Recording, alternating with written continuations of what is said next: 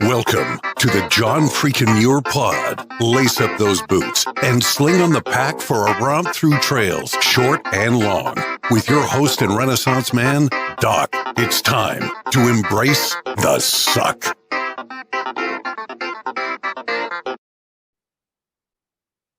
Welcome back to another week on the trail, dirtbags and hiker trash. I'm Doc, and this is the John Freakin' Muir Pod. Let's start off with a reminder. If you are enjoying the podcast, take just a minute, help us out, leave us a review on Apple Podcasts. And if you're not enjoying the pod, well, just go ahead and keep that to yourself. All right, let's get to this week's guest, a record setter who is closing in on 10,000 miles under their trail runners. Welcome to the John Freakin' Muir Pod, the first transgender person to Triple Crown, Cal Dobbs. How's it going, Cal? Hey, how's it going? It's awesome to be here. Thanks for having me. Okay, and this is one of those rare instances where I, as the host, and you, as the guest, we're in the same time zone. That's right.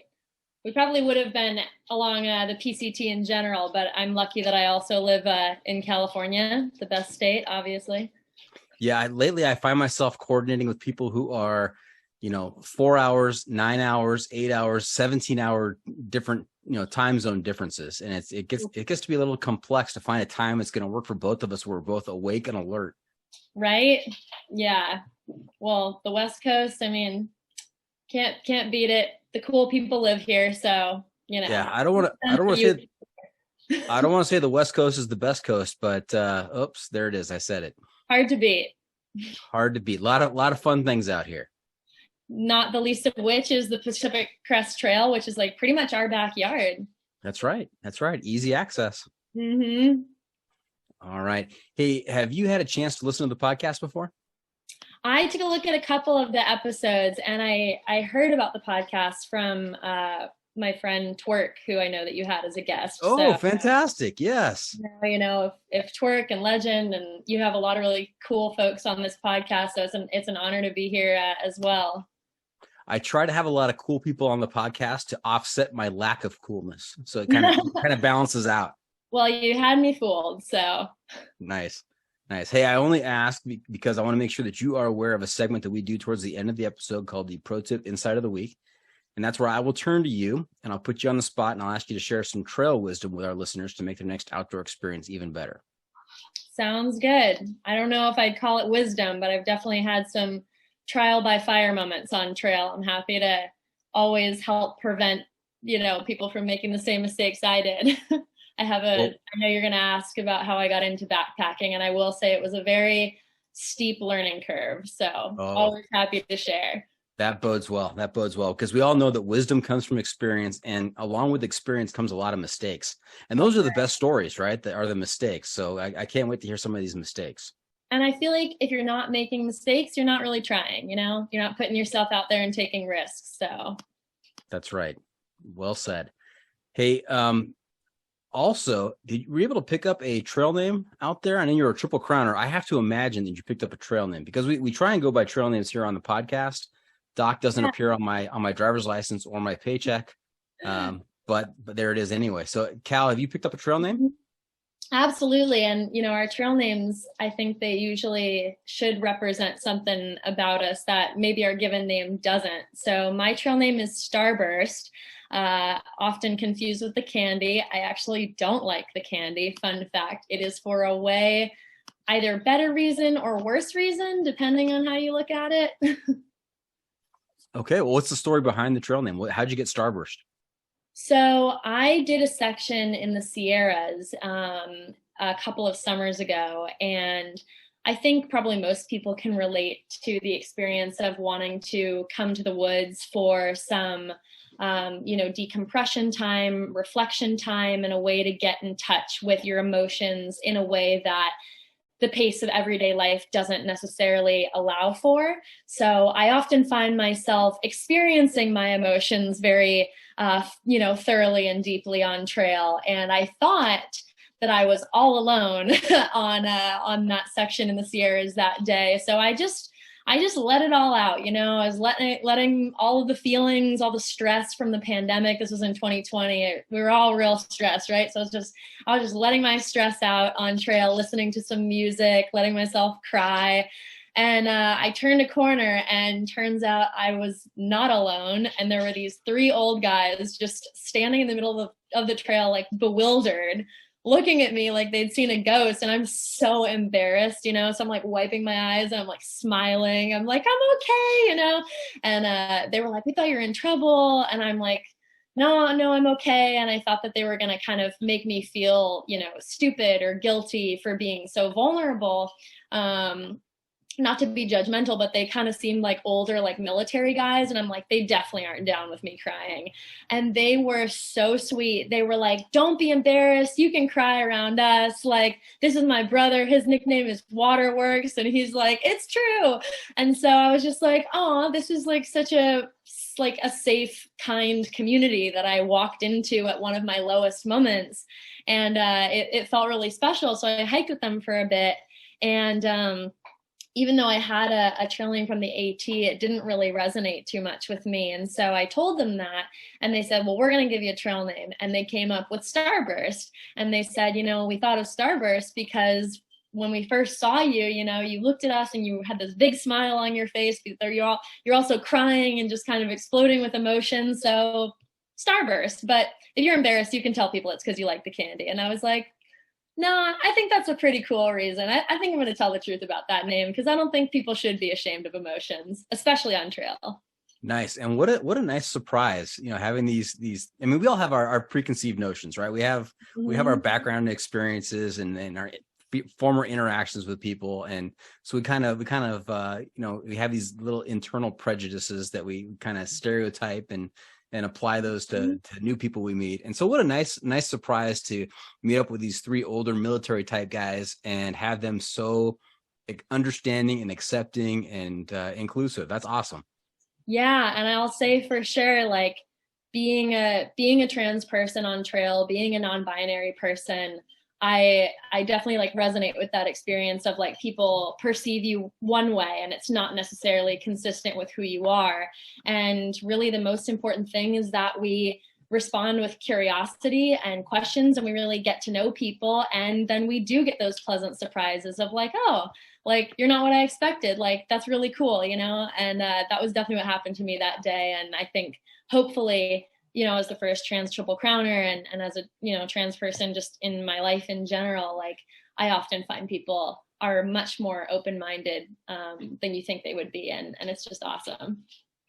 Now, from the people that I've talked to, I've not done a Mexico to Canada hike. I haven't done an extremely long hike. I've done some, triple digits, which has been a lot of fun and, fantastic experience. But from the people I talk to, generally, they feel that the long distance hiking community is a very accepting, positive, supporting type of community for the most part. I mean, there's always outliers, but I'm curious. I mean, has that been your experience?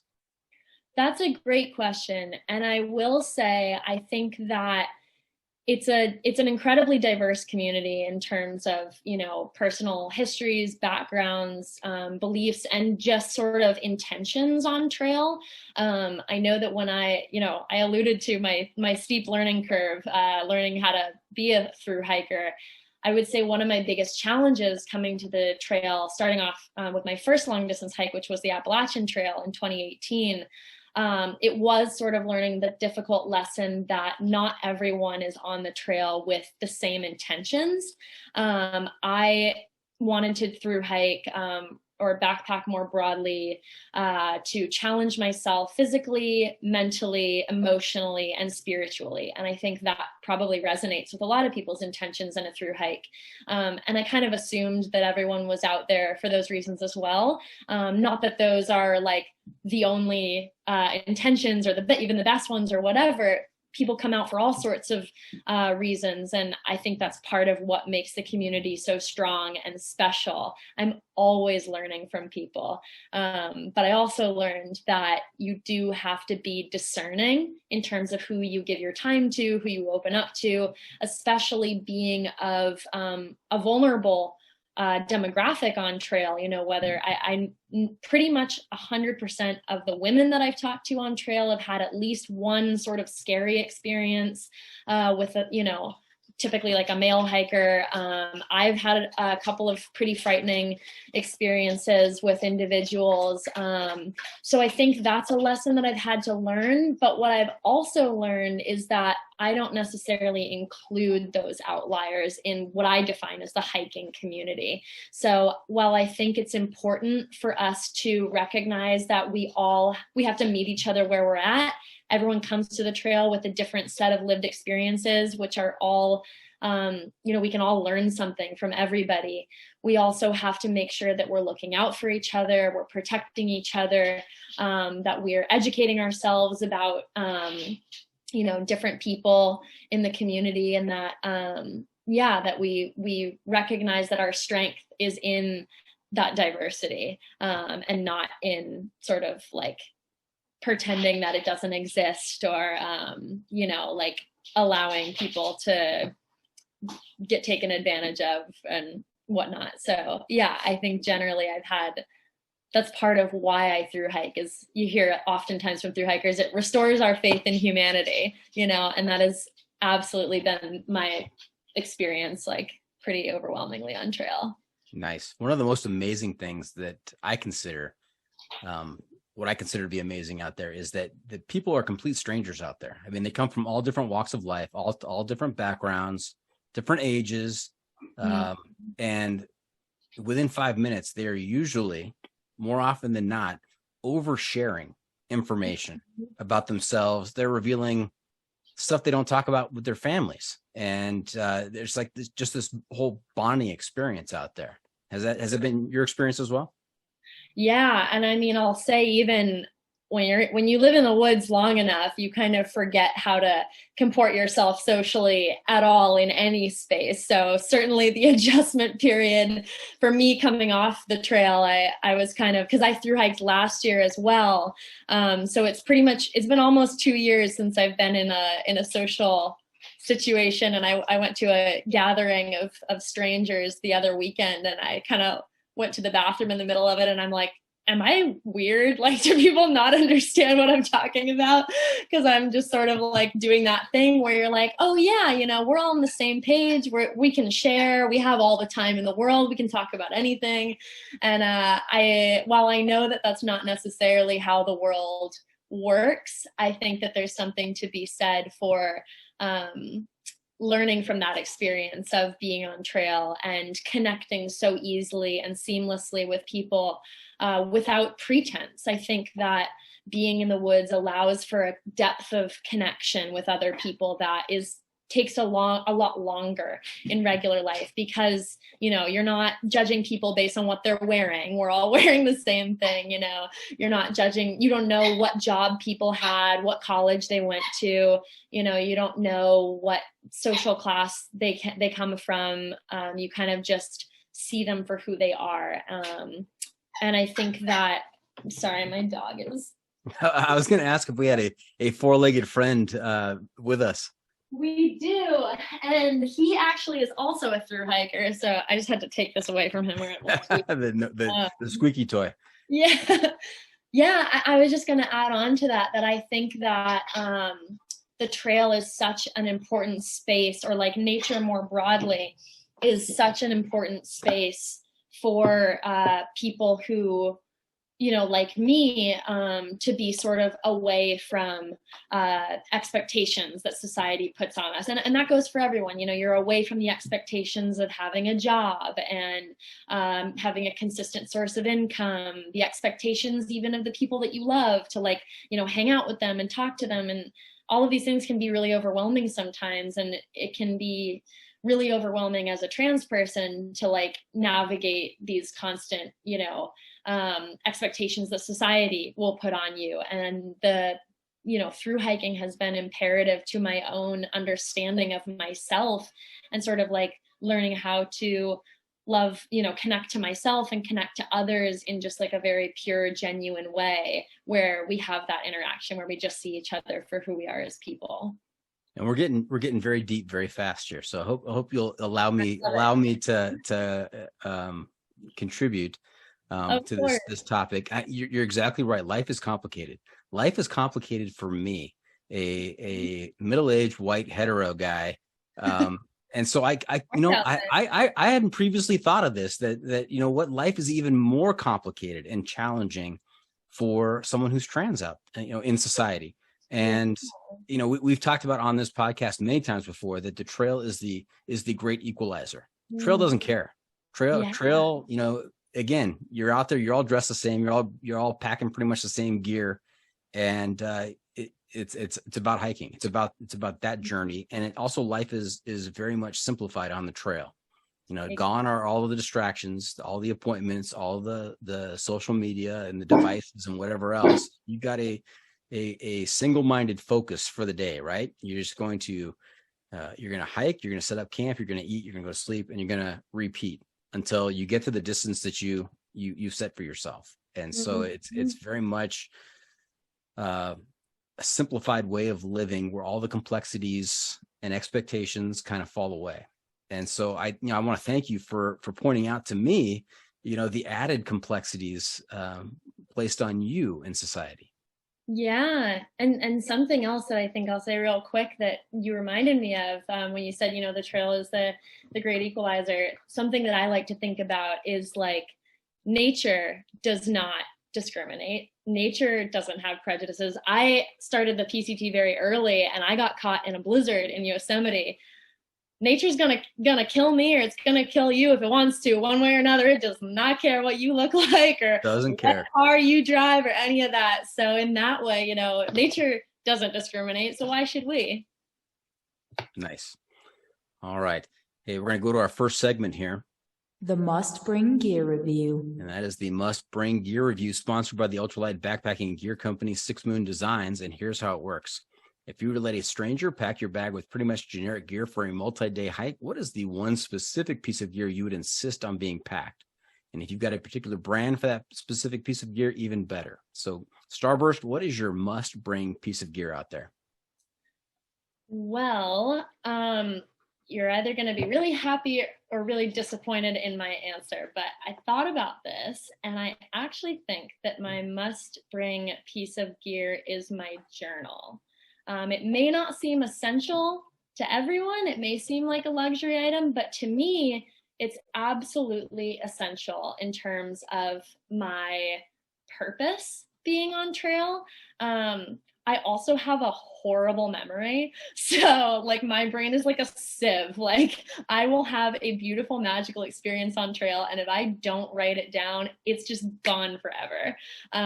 So for me, my journal is a really important place that I can like not only record my thoughts, but also organize my thoughts. And I can kind of like, reflect on them and remember them. And I mean, I've already started doing that. I literally have my PCT journal right here. It looks pretty much like it did the PCT. That's been through the ringer right there. Oh yeah. It's the bindings coming off of it, but that's like a journal well used, like this, it may not look like much to the untrained eye, but anyone who's done a through hike knows that this is like chock full of all of the stories, the feelings, the moments that they're just like little gold nuggets. They're like little gems basically. And if you don't write them down, you lose them. But because I write everything down in my journal, I get to like carry them around in my pocket and I get to have this like, big sparkly jeweled crown that I get to wear and carry around. And I love that. And so yeah, for me, definitely my journal, or it's all gone. Now, is the journal just used to help you recapture and remember what you were going through on trail, or is there some other purpose for having those journals? Are you gonna take those journals and use that information for some other purpose? Well, I'm glad you asked, because the answer has changed recently. I really mostly just recorded things for myself, and because like I know myself and my brain, and I know that it's like doesn't work so great, so I need to write things down. But over the last couple of trails that I hiked, I had enough people, of course, be like, you need to write a book, you need to write a book. And, you know, I kind of was like, I don't know. I think it's been done, you know, other people have done it. You can read those books. But I think that especially in the past year, I've had so many people reach out to me and say, you know, your narrative is one that I didn't see before. Either I really admire you and I've learned a lot from you, or I see your story reflected back to me in a way that I've never seen another person's. I'm also a teacher, and we have this phrase in education in terms of like how you deliver narratives to students, and it's called windows and mirrors. So like kids need windows and mirrors to be able to grow and expand their possibilities of the self. So they need like windows into someone else's reality and mirrors to reflect back themselves, so they can see themselves. And so, yeah, I don't know. I've kind of been thinking like, well, maybe I should. It seems like egotistical at first. I'm like, oh, I'm not gonna write a book, you know, like who writes books, you know, but now I feel like maybe it could be one of those windows into a different kind of experience for someone to learn from, or a mirror to reflect something back that somebody really needs to see in the world. So maybe it'll be a book. We'll see. Yeah, one of the fears maybe of writing a book is, do people want to listen to what I have to say? Will they, I mean, once I put this down and people read it, I mean, will they be big deal, or will they embrace it? Will it resonate with people? Mm-hmm. Exactly. Yeah. And I think that I had that fear until this year. I've just gotten such a positive response. You know, yes, definitely. One huge thing that is unique about my narrative is like being an visibly like queer and trans person on these, you know, premier hiking trails with a lot of visibility. And then the other thing is just that I do them with my dog, which, I mean, my dog is the only dog that I saw on trail this year. So there's sort of a lot of very like niche, unique things about my Triple Crown that I think maybe haven't done before. So maybe people want to read about hiking with a cute dog. Well, I'll tell you what, Cal, we get to the end of this interview tonight, and I'll let you know whether or not I'm going to buy that book. Perfect. All right. All right, deal? The rest of this is a pitch now. This is officially a pitch. This is a pitch. That's right. Bring your A game. Here we go. All right. You got it. Also, I love the fact that you're a teacher. I'm also in education. I was an English teacher. Now I'm a district administrator. Oh, amazing. What do you teach? What level? I teach high school, and then I coach cross country and track as well. Nice. And what subject in high school? Social studies. Social studies teacher and track and cross country coach. Mm-hmm. Fantastic. And I remember it when I was a principal, I would talk to teachers about windows and mirrors. We'd be talking about you know, challenges that face us and how we can make an impact in the classroom. And they bring up a lot of issues, and I would tell them, hey, you're looking out the window at things that we can't control. Can't control the home environment, can't control, you know, how many parents are in the house, can't control, you know, how much study time is available at home. And we have to start looking in the mirror. We have to look at, you know, how, you know, what can we do? How can I impact what's happening in my classroom and make a difference? So that windows and mirrors, I mean, I love your application in the classroom, and it really resonated with me. Absolutely. It's a great framework. Okay. It's the hiking pole. That's Half Calf, by the way. That's my daughter, who was born and raised in Southern California, but she likes to pretend to be English occasionally. So I asked her to record some intros for me, and this is what I got. So love it.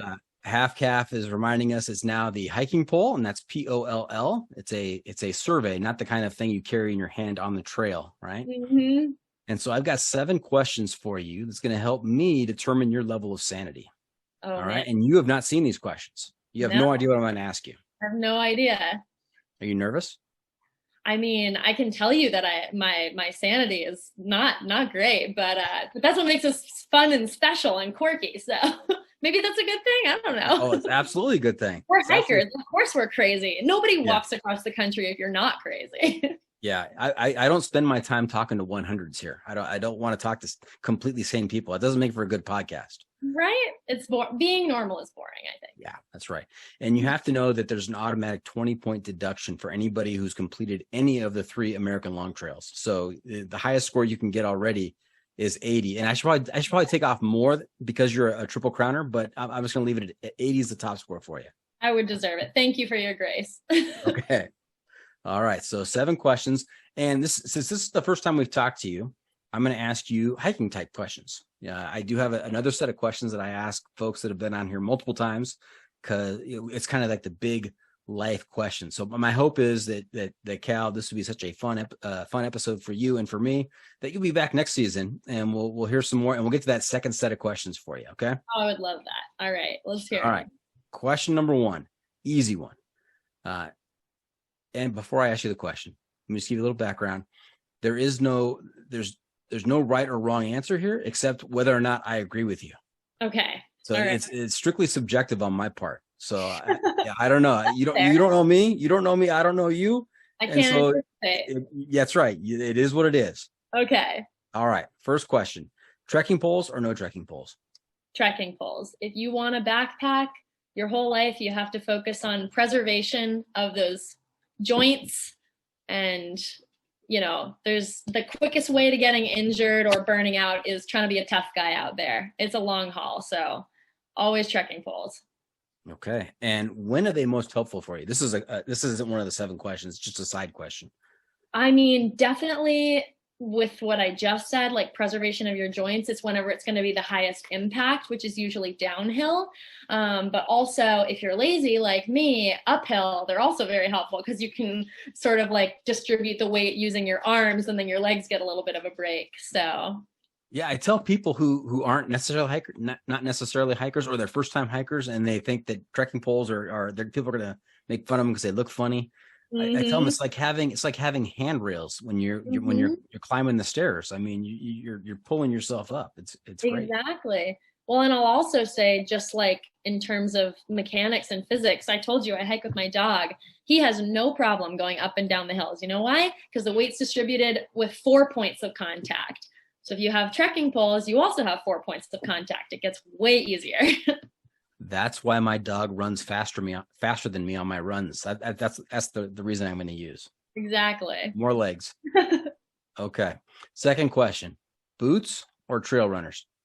Always trail runners. And I can say that from a place of experience. I started the CDT southbound in Glacier National Park wearing boots because I was told it was my first, it wasn't my first time backpacking, but it was my first time backpacking in the snow. And they were like, well, you don't want to get frostbite. So I was like, oh, okay, boots. And I cried every day. They were so painful. They were so rigid. Your foot really expands when you're doing that much walking, and they're just so inflexible. If they get wet, they're never going to be dry ever again. So yeah, I mean, and I can prove that you don't need them because on the CDT in Colorado, I hit a bunch of snow late in the sort of early season snow in October. And then on the PCT heading northbound in the Sierras, I hit so much snow. We were actually the first hikers through the Sierras, me and my hiking partner. And we were all wearing trail runners for that, and we were fine. Nice. I have appropriated. I'm going to go with it. Appropriated a well-known phrase that, if your wife's not happy, nobody's happy. I've taken that. If your feet aren't happy, you're not happy on the trail. There's just no enjoying anything if your feet are barking all day long. Yes. Yeah. Makes for a miserable trip. Oh yeah. Now, those first 2 questions, pretty easy questions. You would suffer some severe point deductions if you went the other way. You safely navigated those. So congratulations. Now it's going to get a little more interesting for you. All right. Okay. So when it comes to your shelter, are you tent, tarp, hammock, bivvy, or cowboy camping? Well, I am very lazy. So ideally it would be cowboy camping. And as you know, in California, Southern California, if it's the right season, you'll be fine, but I also hate mosquitoes more than anything. So I definitely need to take a tent. The tent that I used on the PCT was the Gossamer Gear, the 2. And I have to use at least a 2-person tent because it's me and the dog. And I loved it because it didn't need a rain fly. It's just like one piece of fabric for the whole thing with a bathtub bottom. And the 2-person tent, I forget exactly how much it weighed, but it wasn't more than a pound. So it's sort of like, even if you use a tarp or a bivvy or something, it's just going to be a couple of ounces, which I know matters to some people. It doesn't matter to me. I figure, well, if I'm carrying more weight, I just get stronger. That's all. Nice perspective. Now, I don't know about you, but in where I'm located in Santa Clarita, the last year or so, there's been these little invisible mosquitoes all year long. If I go on the back patio to watch a game out on the patio TV or barbecue, I'm coming back in with mosquito bites. It's just been maddening. Yeah, all over. They said when we hiked through Oregon this year, they said that it was the worst mosquito year on record. So lucky us. Yeah. My last hike, I specifically put on my permit applications, I want the no mosquito trail. Right? Yeah. Well, if you find it, let me know. Yeah. Thanks. All right. 4th question. Sleeping system, sleeping bag or quilt? I say sleeping bag. I wouldn't have always answered that way. I did the whole CDT with an Enlightened Equipment quilt. And for me, just the fact that any part of it was open, I know some people will be like, well, if it was open, you weren't using it right. And that may be true, but I could just never get warm, especially my feet, because you cinch it at the feet for most of them, maybe not all of them. But it always let at least a little bit of cold air in. And I could never get warm in the sub-zero temperatures that we hit in Colorado. So I vowed that I would get a sleeping bag, and it would be a 0-degree bag. And I used that the entire PCT, and I have never slept better. Okay. And that's a mummy bag. So do you typically sleep well on the trail? I do, actually. Yeah, I'm one of those people who sleeps way better in a tent than I do in a bed. Okay, good for you. Now, my longest hike has been 10 days. So always the first 2-3 nights, I'm tossing and turning. It takes me forever to fall asleep. But then the longer I'm on the trail, the easier it is. So I can imagine on one of the 3 long trails in the US. I mean, you're out there for months, right? So you must get acclimated to that. You definitely do. And I gotta say, nature is the best white noise machine, Just go right to sleep. That's true. All right. Question number 5. When it comes to food, are you stove, cold soak, or stoveless? Great question.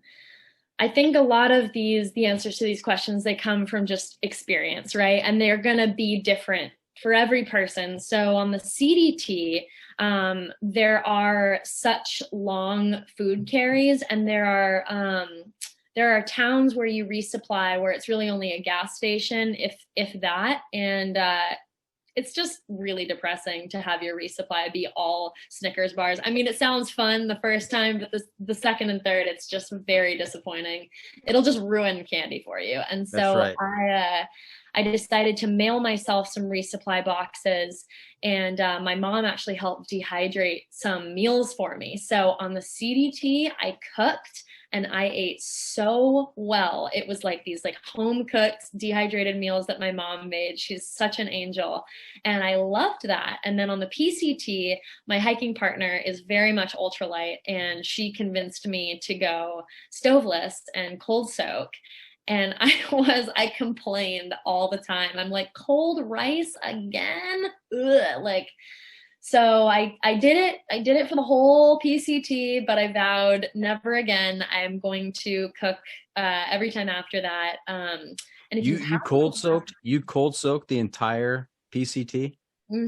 Yeah, you should have some kind of badge for that. There should be a certain patch on your pack. Holy smokes! Yeah, it really sucked, especially you finish a day in the Sierras, and you're at the end of the day you don't even get a hot meal. Like your rice is just frozen. Oh, and our oatmeal in the mornings was frozen. We'd be chipping away at it, you know, to try to like eat it before we start hiking. It was no fun. And I did actually notice sort of like a demonstrable shift in my energy levels. I think I was actually really nutritionally deficient on the PCT as opposed to the CDT, where I felt really strong. And I think that it had to do with the fact that as soon as you start like, you know, sending your stove home, carrying only dry goods, it begins to limit what you have access to eating. And then if you add dietary restrictions on top of that, you're kind of only having a couple things, and it's a great way to get nutritionally deficient on trail. Now, this is a great example of why the explanation behind your answer is so important, because if you had just said, well, I went, you know, I cold soaked the entire PCT, that would have been an automatic 40-point deduction. You would have lost major points on that. But you said, even though you did that, you know, that's not your preference, that you really suffered for having done that. So that, you know, it's not minus 40, it's only minus, you know, a surprise amount. So okay. All right. Pick one of these options. Life is better above or below the tree line? I'm going to say above. And the reason I'm going to say above is because, as you know, I'm from California, and just in the West in general, nature is really big. Like, we're really used to like things being like wide open. We're used to seeing things. So I think even though, you know, people on the East Coast are trained like get below tree line, like that is like a reflex to them. Like in the White Mountains, they're like, you have to get below right now because there's lightning, there's thunder, there's, you know, inclement weather, you know, especially on, you know, in the Whites or whatever. So they're like, above tree line, you could die. But for us, you know, in California or Colorado, we're like, we'll hike all day to get above tree line just so we can just see how beautiful things are. And I think that for me, there's something deeply moving about being able to see how like large and like how vast and diverse the nature is around you. Like, you can be hiking in the trees all day and then you pop above tree line, and it's just like, this is what it feels like to be alive, you know? Where I sort of don't get that feeling when I'm like hiking through Virginia in the Green Tunnel, and I'm just like, when is it gonna end? You know, not that it's not beautiful. I think it is beautiful. It's just different, you know? It is different. And spoiler alert, there is only one right answer to that question, and you nailed it. It is life above the tree line is the best. So, thank you. All See, right. Californians know. That's right. We know. Question number 7. What's more important, pack weight or luxury items? So I have a nuanced answer to this. So my answer is going to be... Of course you do. I do. I have a lot of strong opinions. So my answer is that the answer depends on what your priorities are in the experience. And I also think depending on the length of the hike, it's going to be the sustainability of the hike. So if you're only out for a week and you want to go fast, then pack weight, of course, because no matter how many things you take out of your pack and how uncomfortable you are, you know, you could go without a sleeping pad if you wanted to. You could go without a tent. You could get eaten alive by mosquitoes, whatever. It's only 7 days. You're not going to die. You're going to be fine, you know?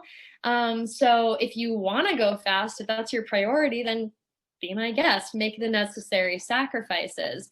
But for me, you know, I don't consider myself an ultralight hiker, but I do consider myself a lightweight hiker because I'm willing to make sacrifices on items that I might want, but I don't need, but I never get to the point of discomfort, like true discomfort, in terms of just shaving off so much weight that then I'm miserable. Because if I'm miserable enough days in a row, I'm going home. Like, my friend that I hiked with put it very well. There was a short section in Oregon that we were debating if we were just going to go around it because most hikers were going around it. And he was like, this is the worst. I'm having like the worst day of my life on trail. I'm paying money to be here. No one's paying me to do this. I'm paying money. I'm on vacation. So why am I going to pay money to hate my life? That's stupid. Like, we're through hiking the Pacific Crest Trail, one of the most beautiful, arguably the most beautiful nature in the world is along this trail. And I want to cry. So it's like, you're doing something wrong. If you are hating your life on a thru hike, like, yes, obviously there's going to be difficulties, there's going to be challenges, there's going to be tough moments, and you cannot quit when it gets hard. But if you're down, like, there's a difference between having a tough day and just being unnecessarily miserable. Like, there's a difference between a challenge and just being like unnecessarily unhappy. You've got to make a change, you know, or you're just not going to make it. So I would say luxury items to the point where it's sustainable for you. Okay. And that brings me to the question. This is not part of the hiking poll, just curiosity. What was your pack weight on the PCT? You know, I couldn't tell you. I don't have a scale at home, so I never ended up weighing it, but I can tell you that it was pretty light. It was very light. Are we talking 7 pounds? Are we talking 15 pounds? We're probably talking like 10 or 11. 10, okay. I would say, because again, I'm not ultra light, so I'm not down there in the 6 or 7 pound range. I carried a 0 degree down hardware or sleeping bag, so you know it can't be too light. But then I have like an ultralight tent, an ultralight trekking pole tent, and just like didn't really carry. You know, I had like a foam pad, like the lightest foam pad, so it's that kind of stuff. Now, but then I carry my journal, so holes in your toothbrush handle. No toothbrush handle or no toothbrush. Where are you on that spectrum? Ooh, no toothbrush. I would not want to hike with that person. That's a different trail name altogether. Yeah, exactly. I am not a toothbrush handle breaker, but I was convinced to break it. So I did it. I did the thing. So you did the thing. All right. Hey, if I were to ask your friends to give you a score from 0 to 100 on the sanity scale, what do you think they'd score you at? You know, in terms of hiking sanity, like listening to your questions, I was thinking about what is the craziest answer to that, you know, like no tent, no toothbrush, no, you know, anything, full blown misery all the time. Like that person, because the highest score is the most insane. Are we trying to be insane, or does insanity get you a lower score? So insanity is 0. Okay. Yeah. So I wouldn't be that person, but I'm also not like a section hiker who carries like a, you know, coffee cake in their food bag. I met a guy, he had a coffee cake for every day. I aspire to be that hiker, honestly. So, I mean, you know, I would say I would get maybe 20 points deduction for being a triple crowner. I would give myself a 65. I think I'm a little crazy, but I'm not the most crazy I've seen. And maybe 60, 65. Starburst, that's very optimistic. Let me do some quick math here. See if I agree. Oh, I carry the 2. I'm going to divide by root of 3. I'm going to multiply by pi, and we're going to adjust for the altitude at the top of Mount Whitney. That's a little side trip off of the PCT. And you come up with not a 65, but a 55. Okay, I'm a little, you know, I think in thru hiking, being crazy is a badge of honor. So I'll take it. Okay. Get a patch, 55, put it on your backpack. All right. It was because of the cold stoking. I know. That's why I went down. All right. Hey, we're going to take a quick break. When we come back, we're going to hear about your origin story. We're going to hear some stories from your Triple Crown experiences. So stay tuned for that. We'll be right back.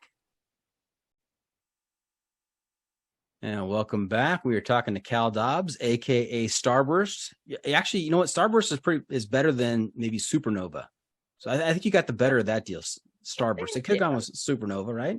Same kind of concept. Yeah, there's lots of like celestial or like cosmic names, I feel like. But yeah. Okay.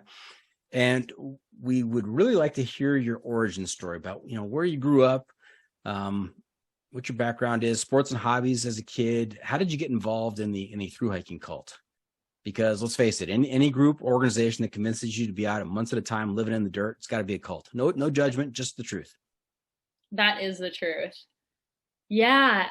So I came to backpacking in general very late in my life. I was fortunate enough. I've been an athlete my whole life. I've played, you know, all different sports. My main sport was distance running in both high school, and then I got recruited to run in college. So, you know, I was a distance runner all throughout college. And as I was approaching the end of my career as a college runner, something I learned about myself as a runner is that the longer the distance of the event got, the better I performed.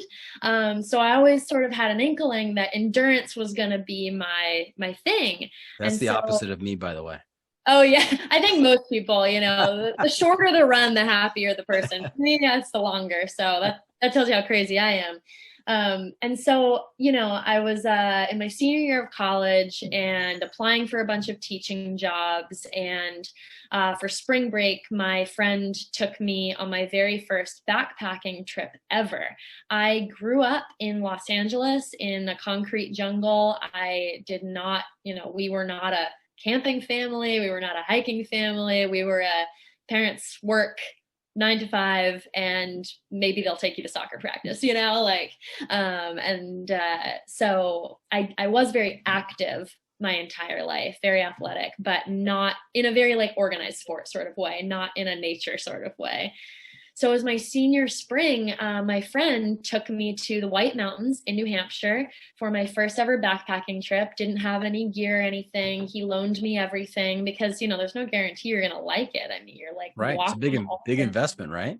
It's a big investment and it's a very high sort of cost. It's a cost prohibitive activity, you know, that there's that barrier of entry because there's a lot of very specific gear that you would need. You know, if you want to get into running, you buy running shoes. You don't like running, they're your walking shoes, so you don't lose anything. But backpacking, you know, you really have to make sure you like it before you invest that kind of time and money. So he brought me on my first ever backpacking trip, taught me everything about gear and how it works and, you know, tips and tricks. And we hiked up, I believe, Franconia Notch, and it was just one of my favorite days ever. And we were looking out on this lookout and he says, "Hey, look over there. It's the AT." I'm like, "What's the AT?" He goes, "It's the Appalachian Trail." I was like, "What's that?" And he says, "Oh, it's a cross-country footpath where you walk 2,200 miles from Georgia to Maine." And I say, "I'm doing that. That's what I'm doing." We went straight back to school. I like rescinded all my job applications. He helped me figure out what gear I was going to need. I read a bunch of books about thru hiking. I did not read Wild, though. I'll have you know that is not a book about thru hiking. Anyway, that's my little wild rant. So I like read a bunch of articles. I like reached out to the authors and like asked them for tips. And I kind of came into the experience feeling like, okay, I did my due diligence. I did all this research. I have the gear that my friend recommended. I'm super prepared. Absolutely not. The only way that you can prepare for a backpacking trip of that magnitude is by backpacking. And that was the one ingredient that I did not have. So I hop on to the AT. I went northbound from Springer Mountain north, and my start date was June 8th, which if you've done the AT, you know that is not an appropriate start date to go northbound. I should have gone southbound, but I didn't know that at the time. So here I am, this, 21-year-old, fresh out of college grad, college athlete, thinking I'm a hot shot. I'm like, oh, there's no hikers. That's cool. I'll just catch them. Clearly I'm super fast, right?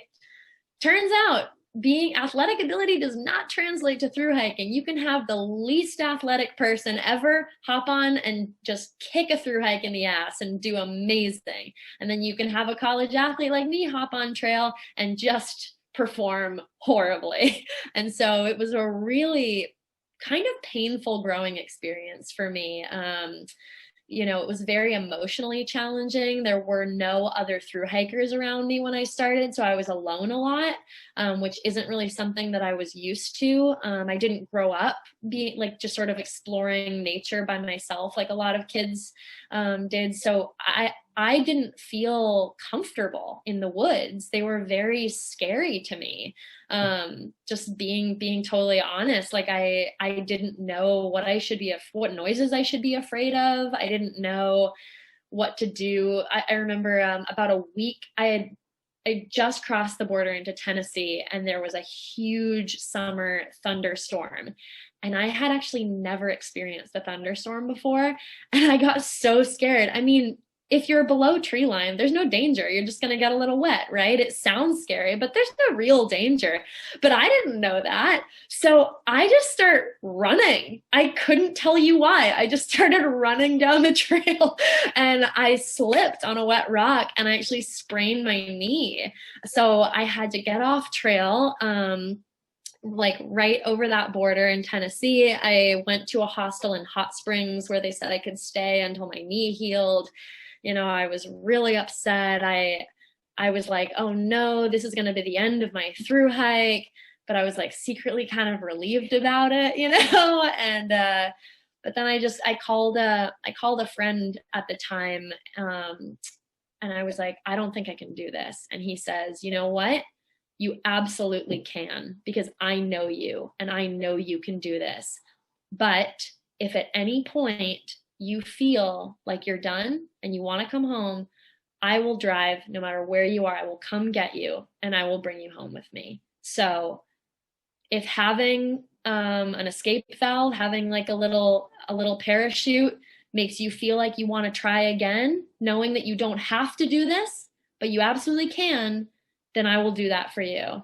And I said, okay, you know, I guess I have nothing to lose. And just knowing that I didn't have to do it, but that I could do it. And there were people who believed in me before I believed in myself. That gave me the courage I needed to persevere. And I did. And I caught the bubble in Virginia.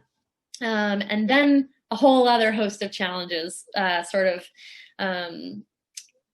I was confronted with. And that gets to what I was saying about the thru hiking community, where I was like overwhelmed with meeting all of these really sweet and cool and nice individuals with all these stories. But then I also met some sort of unsavory characters, and they were the people sort of towards the back of the thru hiker bubble, let's say the party crew. But I didn't know that. I just thought that they were really nice. And so I kind of ended up craving human connection after being alone for so long. Like I craved it so much that I would just be friends with people who didn't really have the same intentions on trail that I did. So I would like want to hike 25-mile days. And then they'd be like, no, you know, hang out with us, you know, like we're going to go to town. I was like, we're just in town. And they're like, yeah, we're going to go again. And I was like, oh, okay, I'll go with you, you know? And it never felt good to me. And that's not because there's anything wrong with doing that. It's just, that's not who I am. You know, I like to push myself. So I learned a lot of really painful lessons. I learned a lot of things the hard way. And I actually encountered an individual on the AT who ended up being kind of emotionally abusive towards me because we became really close. And then he started saying like, oh, I'm running out of money. I'm going to have to go home. And I started being like, well, you know, I'll buy new shoes for you. Like, you shouldn't have to go home. Like, we're friends. I can loan you money, you know? And of course, I never saw that money again. And so then I sort of realized, oh, this person's actually not a very good person. And then I tried to leave and they, you know, followed me. And it was a really kind of a dangerous situation. And so my experience on the AT actually ended up being pretty painful, a pretty painful introduction to through hiking. But I am convinced that having that experience is part of the reason that I did complete my Triple Crown, because I didn't intend to hike any trails after the AT. But after that experience, I said, you know what? I am positive that this is not all that this community has to offer me. This is not the only thing that this experience has to offer me. I know that I went to the AT to have a beautiful growing experience, and I didn't get it in the way that I wanted, and I refuse to believe that this is all there is to hiking. So that's when I decided I'm going to go. I'm going to do the hardest trail, which is of the three, which is the CDT. I said, I'm going to do this one, and I'm going to prove to myself that through hiking is awesome, hikers are awesome, and that I'm awesome because I can do it, and I don't need to hang out with I don't need to like be around people and not like so much that I'd be willing to be around the wrong people, you know? And that's what I did. And I went and put a pin in that for a second. We've covered a lot of ground right there. I have some follow-up questions. number one, I want to make sure you finished the AT, correct? Mm-hmm. Yes. So you showed up with basically no backpacking experience and you finished the AT. That's right. That's quite an accomplishment. That is similar to Mr. Fabulous, Derek Mm-hmm. Lugo, New York City boy who had no hiking experience, but had heard about the AT and decided he wanted to do it. And he showed up with all of his gear and he did it. Mm-hmm. And which brings me to another point. I love that you shared that moment of awareness, your first moment of awareness that things like this existed. There's, these long distance, 2,200 mile plus trails out there. And I was going to say, I was thinking about how to phrase this, and I was going to say, pretty much the people who have done those long trails, they all remember very clearly that moment when they became first aware of their existence. I was going to say that, for the most part, people remember that moment. And I was thinking, everybody I've talked to who is a long distance thru hiker, who has done one of the 3 American long trails, every single one of them remembers that moment. I can't remember a guest on the podcast that I've talked to who says, "Oh, I don't remember exactly when I became aware of this." I mean, they all have this specific moment in time where they're like, "Wait a second, there's a trail that goes from Mexico to Canada, and you can walk on every step of it, and it doesn't involve highways. What are you talking about?" And it takes over their brain, and they obsess over it, and then they eventually do it. Yeah, absolutely. Okay. And then also you mentioned about this friend who would be willing to pick you up wherever you were. And so you have this kind of a, parachute, right? You've got this escape hatch, and if things get too bad, and then you also have somebody who believes in you. And I was just struck by, what that applies, not just to hiking. If we all have somebody who believes in us, and we know that we've got a way to save ourselves, I mean, that applies to so many different aspects of life and leads to success in those areas. Yes, absolutely. Okay. Now, before we get to the CDT, I want to go back and I want to talk another aspect of your origin story. You mentioned early on, I mentioned in my intro that you're the first transgender person to do the Triple Crown.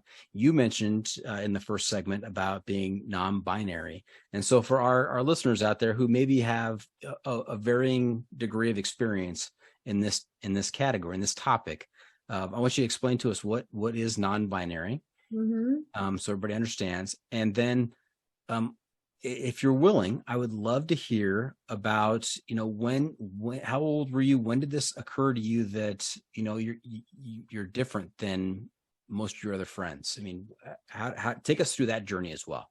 Absolutely. Absolutely. And as I mentioned to you before, I really thank you, appreciate and welcome these questions because, we're both educators, right? And we realize the only way people can learn is by getting curious, so asking questions, even if they're hard or awkward or whatever, is always better than not asking, right?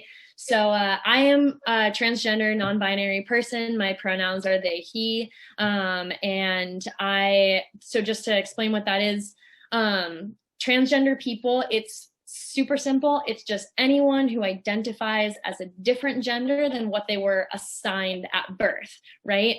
And gender is a very complex topic, right? And we can get into that. But what that means specifically in the context of being non-binary is like a blanket umbrella term to describe anyone who identifies as a gender that is not one of the binary genders, which is either male or female. And that's because we understand that gender is so much more like nuanced and complicated than just that. It's even more, sometimes early on people would say like, oh, gender is a spectrum. And I think it's easy for people to understand that because nobody identifies as 100%, identifies with 100% of the things that are maybe associated with a given gender, right? Like not every girl has the favorite color pink, even though we swaddle girl babies in pink and we swaddle boy babies in blue. Not every boy loves cars, even though like those are the toys you're given as a kid. Does that make you less of a boy or less of a man because you don't like cars? Or are you less of a woman because you hated playing with dolls? Like, no. Of course not. That's ridiculous. So we understand that gender is complex and intricate, and instead of it being a spectrum where, you know, male and female are on opposing ends of a spectrum, those are just two genders among many. And you can visualize it as like, instead of a continuum, it's more like stars in the night sky, right? And one star is male and one star is female, but then there's a million other stars, right? And they're all stars. They're all genders. And that can sound really like confusing and overwhelming to people who have never explored the topic of gender, but it's actually not that complicated. It's much more simple than you may think. And pronouns are much more simple than you may think. It's just ways that language hasn't, you know, totally evolved to reflect the ways that different people identify with different elements of gender, right? So I identify as non-binary because I didn't fully identify with the gender that I was like assigned at birth and assigned growing up. And the way that I'm non-binary might look different for someone else who's non-binary. And so that's just sort of like a blanket term for me. In terms of how did I know that I was non-binary, it's actually a really fun story for this podcast in particular, because I think that it's actually related to my hiking and to my like athletic history in general. A lot of my consciousness around my gender identity came from my experience as an athlete in athletic spaces. I played every sport growing up, and I usually played on co-ed teams. I went to sports camps, you know, in the summer, and usually I was the only quote unquote girl there. And I always got picked last for the team, but I was also always the best player, you know? So it's sort of like, I was like, come on guys, like just, you know, cause you think I'm a girl doesn't mean I'm not good at the sport. And so, you know, I grew up playing a bunch of sports. I grew up primarily around boys, and I always had kind of exclusively male friends. And I found that it was like so easy for me to talk to boys and be friends with boys. And I didn't have that many friends that were girls because I just found I didn't relate to their experience. I didn't relate to the things they were interested in or wanted to talk about. I often found myself kind of feeling awkward in, you know, like at a birthday party that was maybe all girls, and like didn't really know how to act, but it was just so easy for me to be around boys. And it was just like all my friends were always boys, you know, of course the classic being called like a tomboy or whatever. So I always connected a lot more strongly with my masculinity than I did with my femininity. But I never really had the language to describe what I was feeling as a kid and growing up.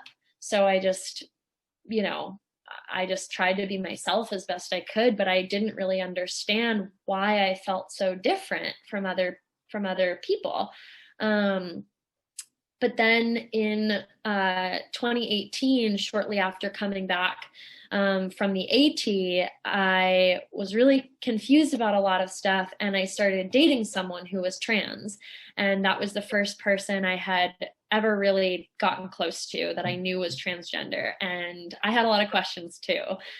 And he was really willing to answer all of my questions. He was really generous about that. And everything that he said and explained about his experience being trans resonated with me. And I was like, that's funny. I feel that way too. Haha. But I'm not trans, right? You know? And of course, it took me a couple months, and I was like, oh, this all resonates with me because I also am having those feelings and those experiences of just not fully connecting with the gender that I was assigned at birth, not feeling like that's authentically who I am inside. It's not, you know, there are things like the way that I navigate in the world and the way that people perceive me when I, you know, as the gender that I was assigned, just it makes me feel uncomfortable. It doesn't feel right. It's like when you put on a pair of pants that don't fit, and then you're just forced to walk around in them your whole life and you can't take them off. I mean, you kind of get used to it, but they never feel good, you know? So as soon as you hear someone telling you like, yeah, my pants, like they really didn't fit. They were really itchy and tight and uncomfortable. And I got to take them off and get pants that fit and it felt great. I was like, oh, I wish I could have that, and yeah, that's what it took for me to sort of come out to myself. And I found that being alone in nature, like I mentioned before, was also a really important element of my ability to understand my gender identity and experience my gender in a way that was honest and true and authentic to me, because being in the woods, you're away from all of the things that society projects onto you, expects of you, like expects you to be and do and things like that. I got to be away from, people looking at me weird or sort of like being uncomfortable around me, and then me trying to like make them feel better by just like being who they wanted me to be. And then through having that experience, both through being in the woods and the pandemic, I was able to articulate to myself and my loved ones and then to the world, this is who I am, and you just need to get used to it. So this was fairly recent. I mean, 2018, that's not that long ago. No. And it's how old are you? How old are you, Cal? 25. Okay. Yeah. Okay. I think it's a common experience for a lot of trans people where you kind of figure it out late in life, but then you look back at your whole childhood and you're like, oh, that makes so much sense, like I love it. I love it when my young guests refer to later in life, and you're still a pup. You're a baby. Yeah. So, it's tickling me. Yeah. And just a clarification again to Mr. Middle-aged white hetero guy over here, gender and sexual preference, who you want for a partner in life, those are not the same things, right? I mean, you can be trans and you can prefer someone of the same sex or opposite sex, correct? Well, I'll just quickly explain it just to because I have a good way of explaining it, and I like the pants metaphor. So maybe if you have another metaphor that works just as well, that'd be great. Oh, absolutely. Well, so just to do a little like term like definitions. Yes. So gender identity is the gender that you identify as, and gender is any compilation of like the way that you dress, the way that you present yourself to the world, the way that you feel inside, who you are, all of those things. And that is completely separate and unrelated to, let's say, the genitals that the doctor sees when you're born, right? Like whatever's on your birth certificate, that's your like biological sex. But that's not the same as gender. Gender is everything that comes after that, right? Like the pink blankets that we give to girls, right, the dinosaurs we give to boys, all of these things that we like sort of gender. Although I will just say like biological sex or whatever is also very nuanced. Like there are intersex people. That is also much more diverse than what people think that it is. So because I think very often we're like, oh, male or female, and it's just like that's a myth as well. So biological sex is like whatever the doctor says when they put that on your birth certificate. Gender is everything that comes afterwards that we sort of like are sort of like trained to do, right? Or taught rather. And then some of us don't identify with the gender that we were taught to be, right? So that's your gender identity, is the gender that you identify as, which might be different than the gender you were assigned at birth. Sexual orientation or like sexual preference is who you're attracted to. Right. So there's like the gender that you identify as for yourself, and then the gender that you're attracted to in terms of like your romantic or your sexual orientation. So if you are like a cis man, cis meaning that you identify as the gender that you were assigned at birth. So those things are the same, right? So cisgender, you identify as the gender you were assigned at birth. Transgender means you don't identify as the gender you were assigned at birth. So let's say you're a cisgender man who is attracted to women. you're straight, you're heterosexual, right? If you're a cisgender man who's attracted to men, you're homosexual. If you're a trans man and you're attracted to women exclusively, you're straight. You're straight as well. If you're a trans man who's attracted to men, then you're homosexual. So they're totally separate and unrelated. But they definitely do get like conflated sometimes, where it's like, you know, there may be like a trans person and people are like, oh, you're trans, so you're gay. And it's like, well, not necessarily. Like, if I like, you know, if you meet someone who identifies as a trans man and they're only attracted to women, they're still straight. It doesn't matter if they're trans or not, you know? So that's just the way that I like to separate it, is like what you identify as for yourself versus like who you're attracted to. Okay. Yeah. Thank you. I mean, people listening to this might get college credit for this. Yeah. Oh, I think so. Yeah. It seems really like hard and scary. And it's like, oh, there's, especially like, you know, I have parents too that are probably older than you are. And like, they're like, there's so much to learn. And I'm like, it's okay. It's not actually as hard as you think it is. Like, speaking of that, how did your parents accept this? That's such a great question. I feel so lucky and blessed that I have the best parents in the world, and they, of course, you know, they don't have like any understanding of any of this or any experience. Like, they weren't taught any of this stuff, and neither was I, to be fair. But they're very open to learning. They do the thing that we talked about, like they responded with curiosity. You know, they don't always ask the right questions, but at least they're asking questions because they care.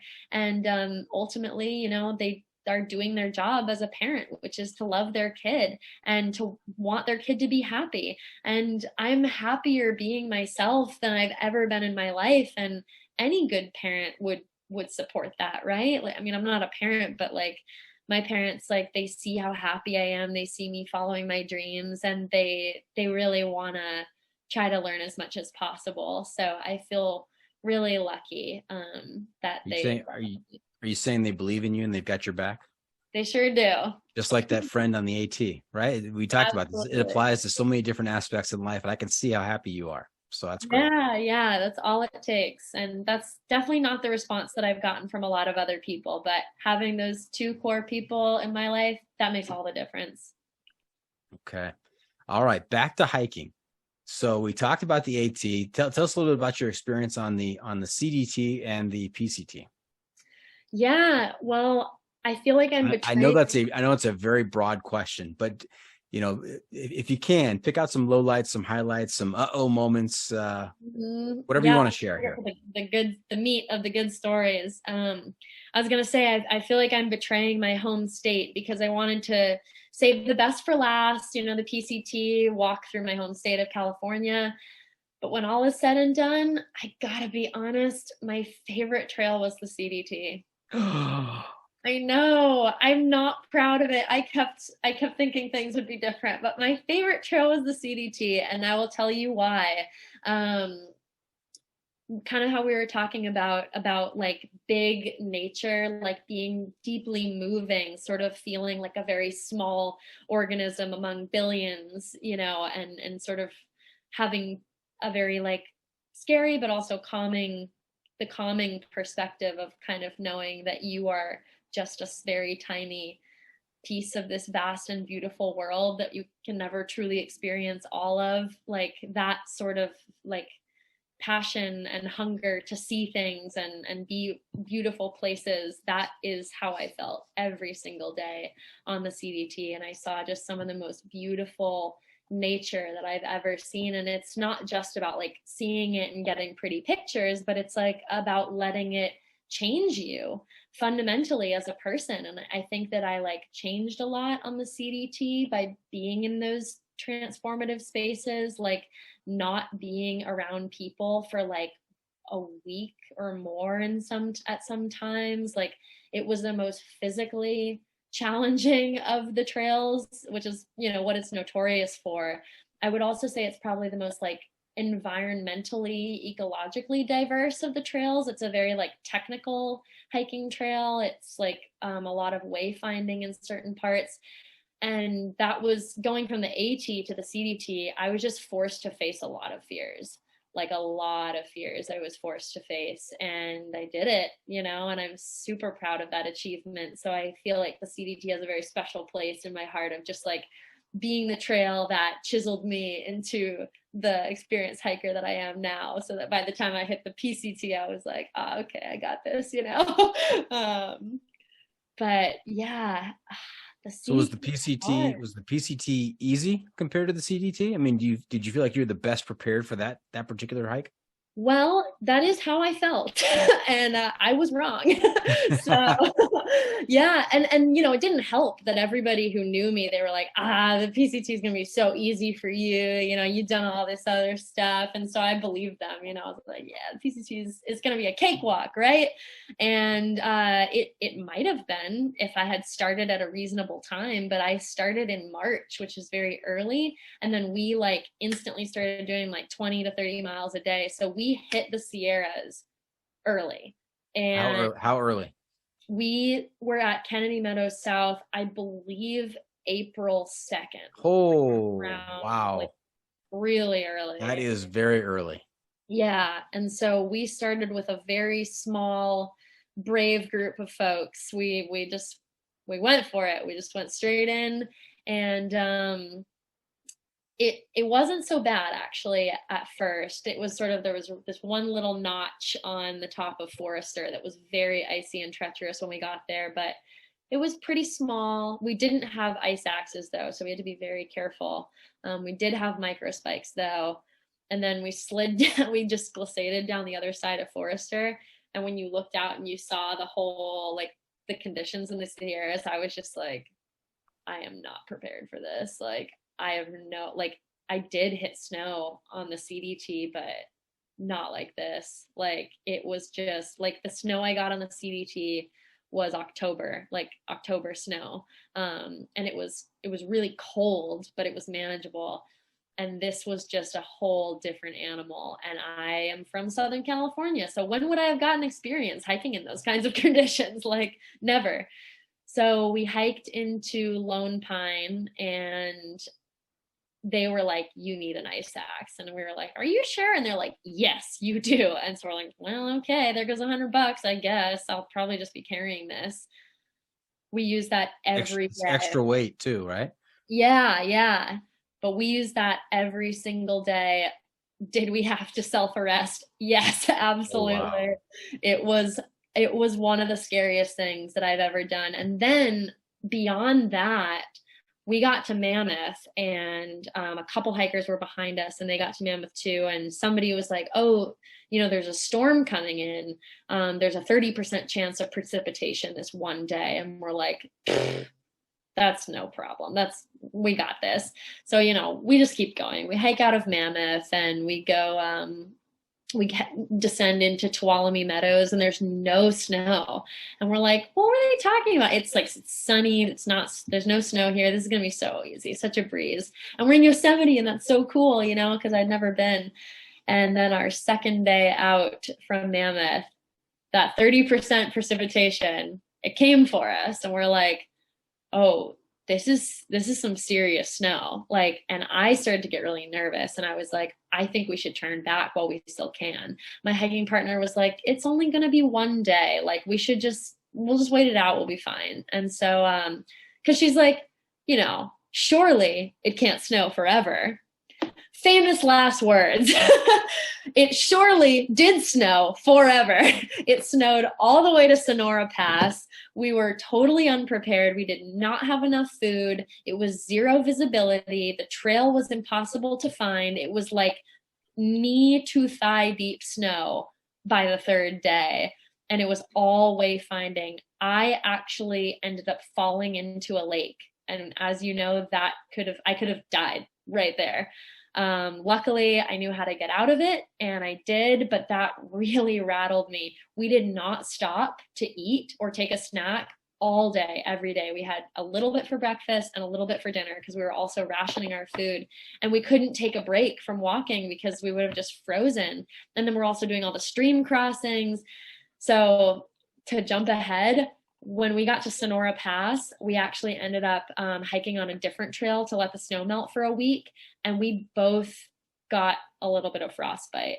So we could not feel our toes basically until we got to Washington on the PCT. Did you lose any body parts?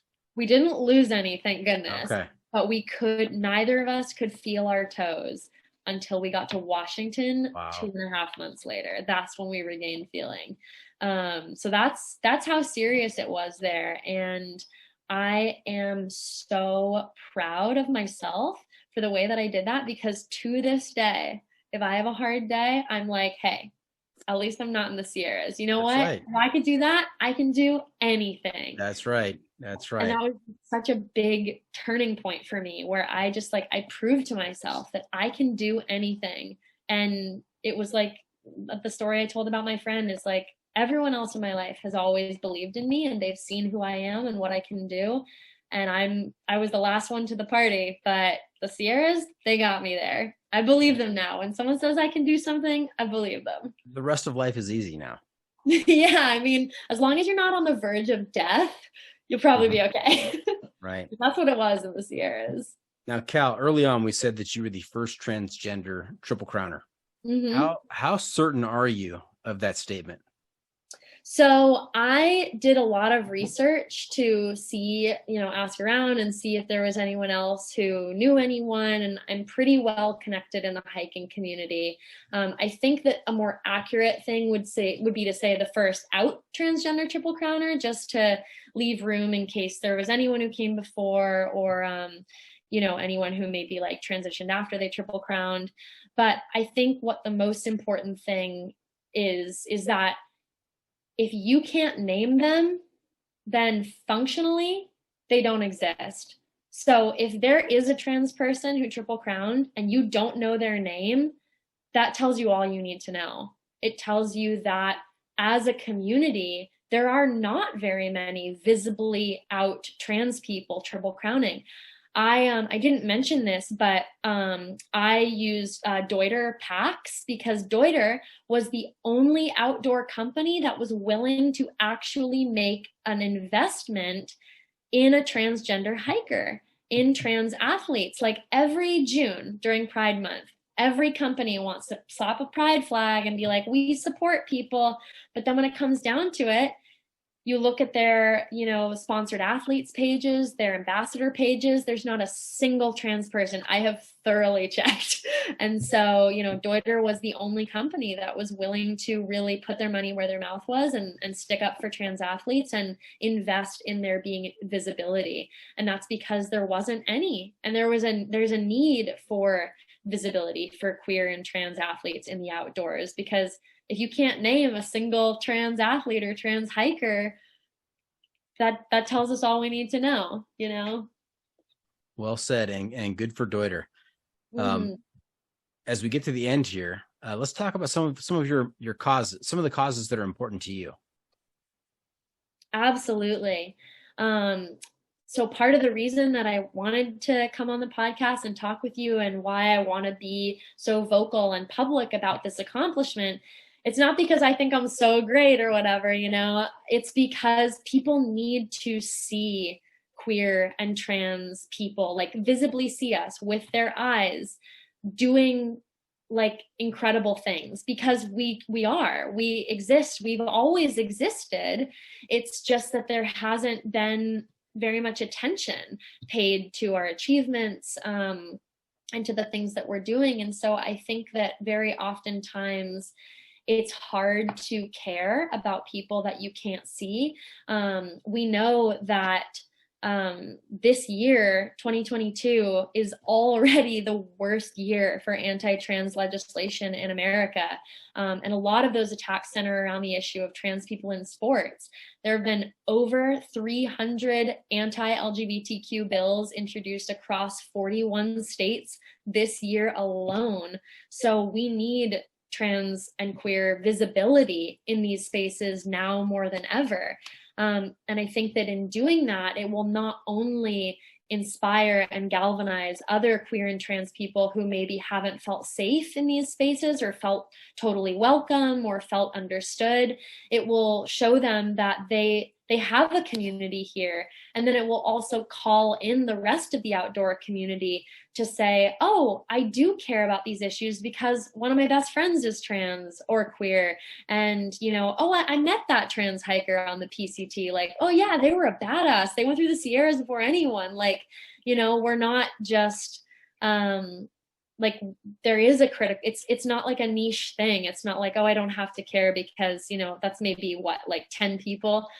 No, we're everywhere. Like, you know, as an educator that like there are trans students in states like Texas and Arkansas and North Carolina that aren't able to play on the sports teams that align with their gender. And how, like, if you work with kids, you can't imagine how painful that would be to know who you are inside and to have adults with power say, no, you're not.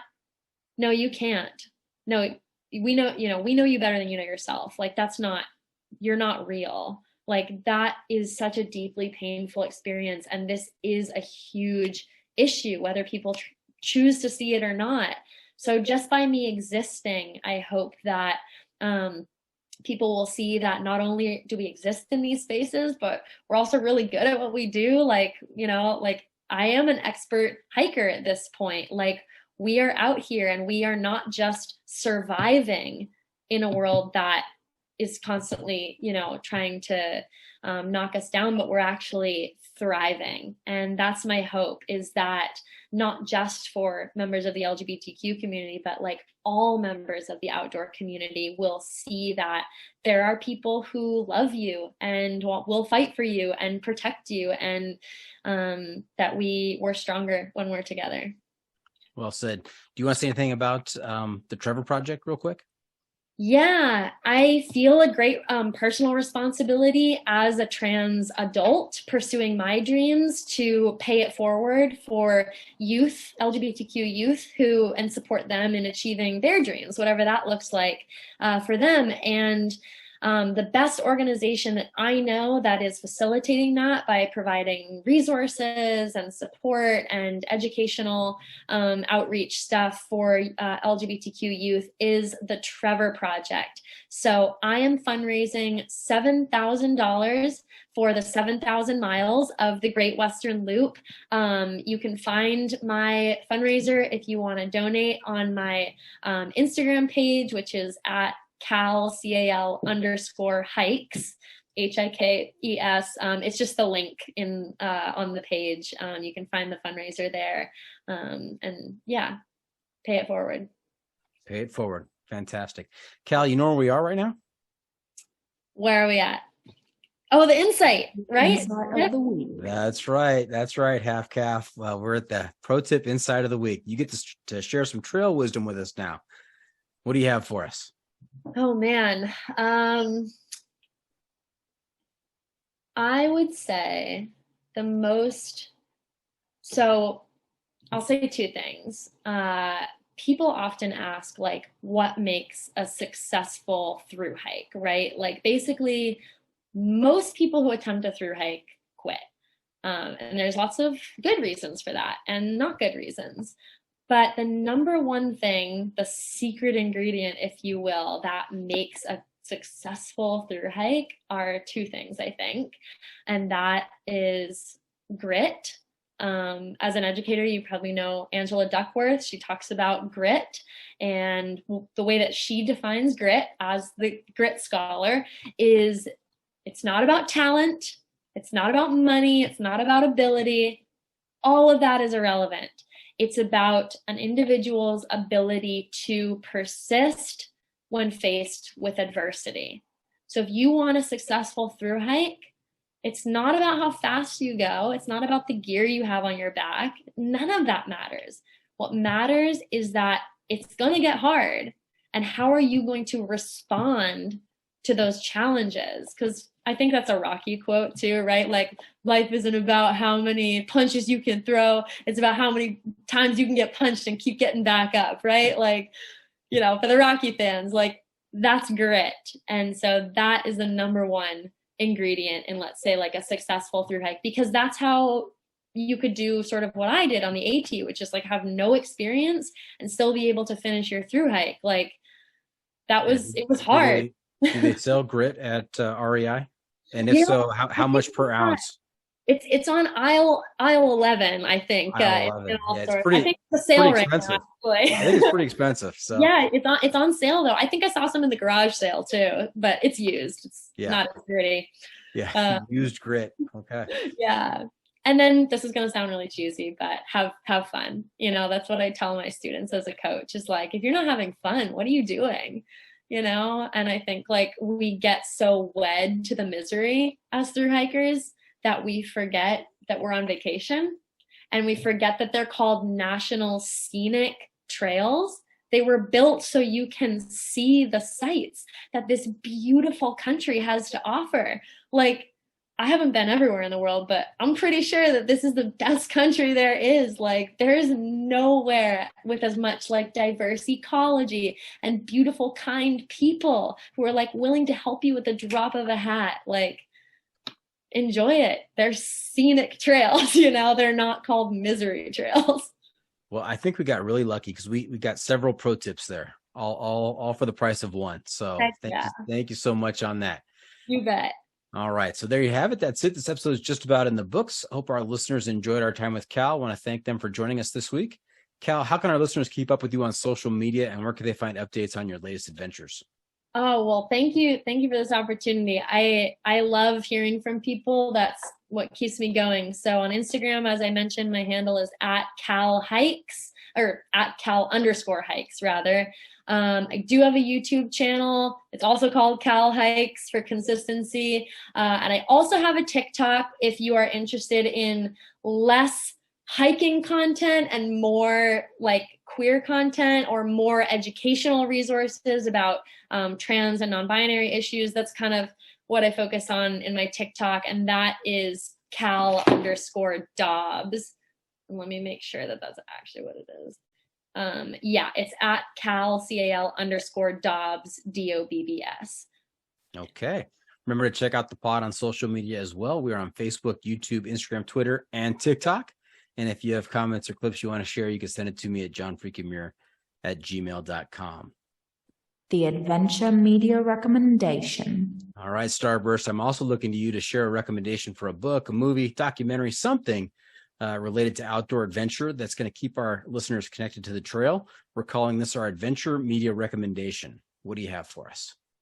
So I listened to an audiobook on trail called The Sun is a Compass that I really liked. It's The Sun is a Compass, a 4,000-mile journey into the Alaskan wilderness. And I really appreciated that as a thru hiker because it was another sort of like just absolutely bonkers, insane type of journey, but it wasn't just hiking. Like there was a couple who, they were like doing this journey at like the worst time of year. They had to canoe, they had to pack raft, they had to ski, they had to walk, they had to do all sorts of different things. And so like, as someone who exclusively walks on a trail, they were bushwhacking too, by the way, there was no established trail.